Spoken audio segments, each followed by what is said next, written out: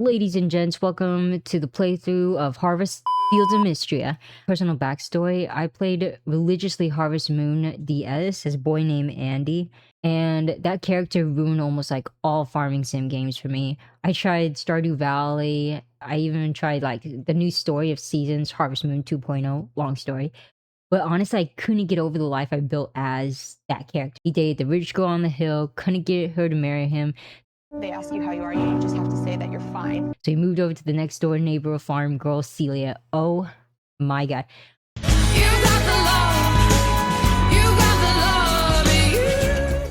I am so loyal to that pixelated girl. One, I finally figured out how to marry in the game, which that's why I didn't marry the girl on the hill. Anyways, so I also played Harvest Moon Friends of Mineral Town, and the main character was still Andy, and although I think it took place before DS, which means I wouldn't dare marry from Friends of Mineral Town because my future was set in Forget Me Not Valley. So stricken with dedication to Celia, I find that new farming game sims love interests never really interest me in both like service level looks and personality. Fields of Mistria has a good art style though that I like, and it's like spot on almost to Harvest Moon's type of pixelated art style. Even still, I can't bring myself to liking any of the love candidates until I saw Orlick. Oh my god, why is he not dateable? His devastation, he's totally my type, but I will settle to becoming his like best friend. I will be a loveless man. I'm not gonna play as a woman even though I am one, just because if I was, then I would want more from Orlick, and I couldn't see any other dude possibly as a potential at all. So I'm just gonna settle for being his best bro. It was a dark and stormy night. To escape our crushing economy in IRL, we are actually given a plot of land for free as long as we help the local community advance their ranks in the surrounding towns. We agreed to the request and arrive at the town that had just been through a dramatic earthquake event, and the town is looking like dirt apparently. Pretty spiffy dirt from my opinion. The biggest issue is the bridge though, that allows travelers to access the town, which in the future we'll get to, and allow us to have more access to merchants coming in and out. When we get settled into the new home, Celine is just, I think, the base girl that the game kind of pushes onto you as love interest, daughter of the general store owners. Also, you have Hayden, which I'll be running him out of business. All right, so first on the agenda, the Duchess herself tells us to talk to all the people in the town, starting with the general store. Honestly, if I'm going to pursue a romance partner, I think maybe Rena is a good candidate. Seems nice and interesting, though I usually like characters that are like more outdoor activities versus the inn, because a lot of times they just are stationed in the inn. Day 2. We start off the day with the Duke of the town, Island, I think. Oh no, Eland? I never know how to pronounce this guy's name. Eland. I'm gonna just assume it's Eland. And getting a free axe, free everything here in Fields of Mistria. I spent most of my stamina cleaning up the farmland, getting it ready for the future, to buy a chicken coop because I am so ready to have animals already.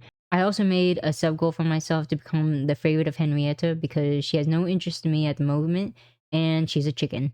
Stepping into the blacksmith shop, I found my true goal of the game, Orlick. He's so handsome, honestly. Definitely have to get into the mines though to be able to give him like gifts that he would actually enjoy. He's also so sweet and thoughtful. Oh my god, why are you so unavailable? Love me as a brother. Second sub goal is to befriend Dozy the dog at the bathhouse. This game is so cute. This dog in this little cute position of sleeping. Oh my god, I would take you home and steal you if I could.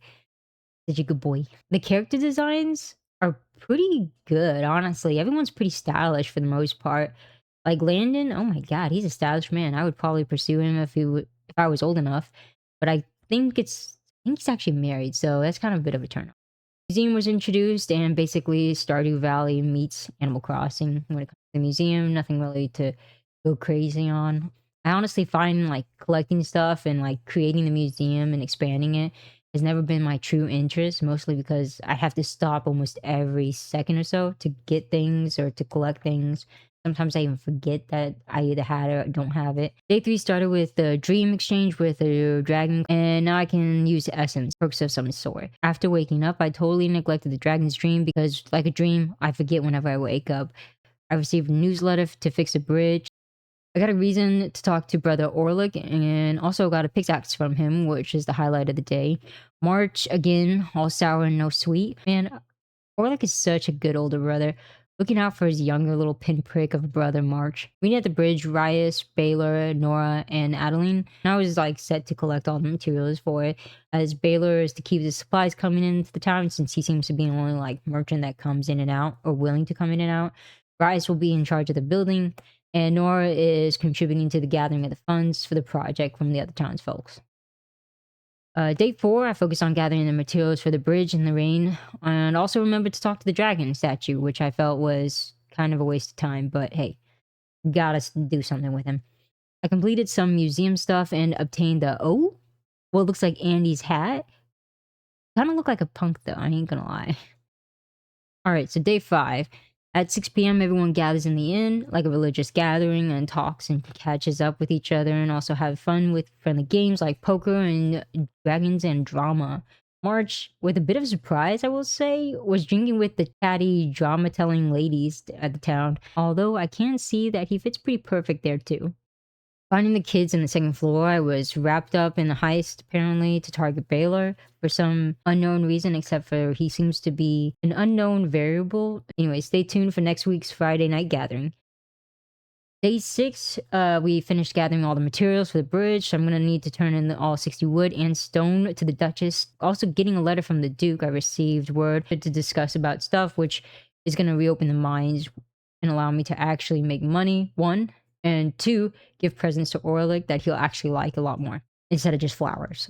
I should probably give stuff to March too, for brothers Orlik's request to befriend March, as he seems to not be popular for some reason. Anyways, that wraps up for Fields of Mistria. We'll continue on in part 2.